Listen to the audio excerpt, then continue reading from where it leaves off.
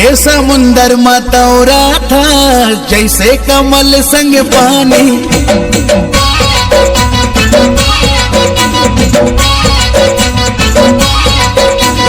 मन के समुंदर मतौरा था जैसे कमल संग पानी। तोर बिना जीना मुश्किल है कहीं हमोर जिंदगानी। तै मोरे आशा मैं तोरे प्यासा कहीं हवस वो सोन मछरी वो रानी सोन मछरी वो रानी सोन मछरी।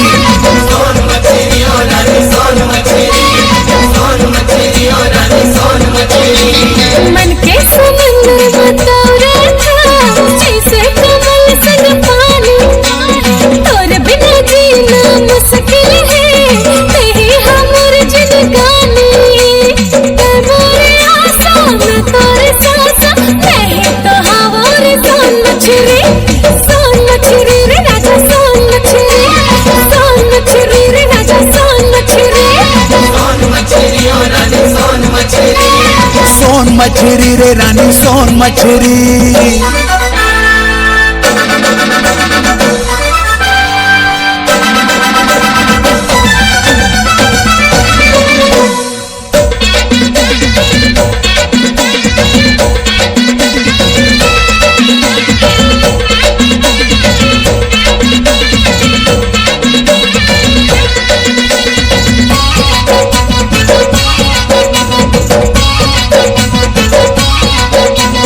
मैं तोरे राजा तै मोरे रानी तही हमोर फूल कहना।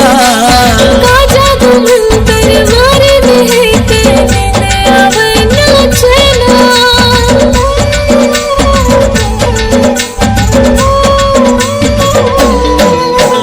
मैं तोरे राजा तै मोरे रानी तही हमोर फूल कहना। काजा घुमंतर मारे बहके मैंने आवे नाचना। मनमा समागे अंतसमा छागे कहीं हावस वो पान कतेरी। सोन मछरी वो रानी सोन मछरी वो रानी सोन मछरी। रे राजा सोन मछरी।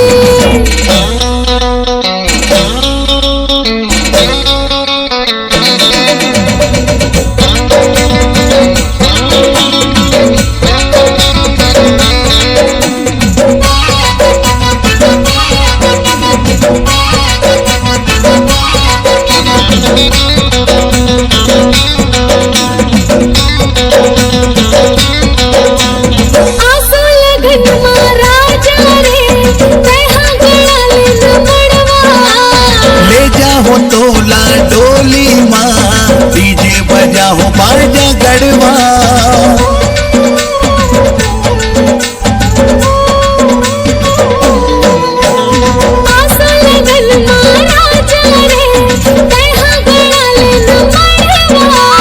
ले जा हो तोला डोली माँ डीजे बजा हो बाजा गढ़वा। पानी गिरे चाहे आगे बरस जाए बन जाऊं मैं हथौड़ी छतरी।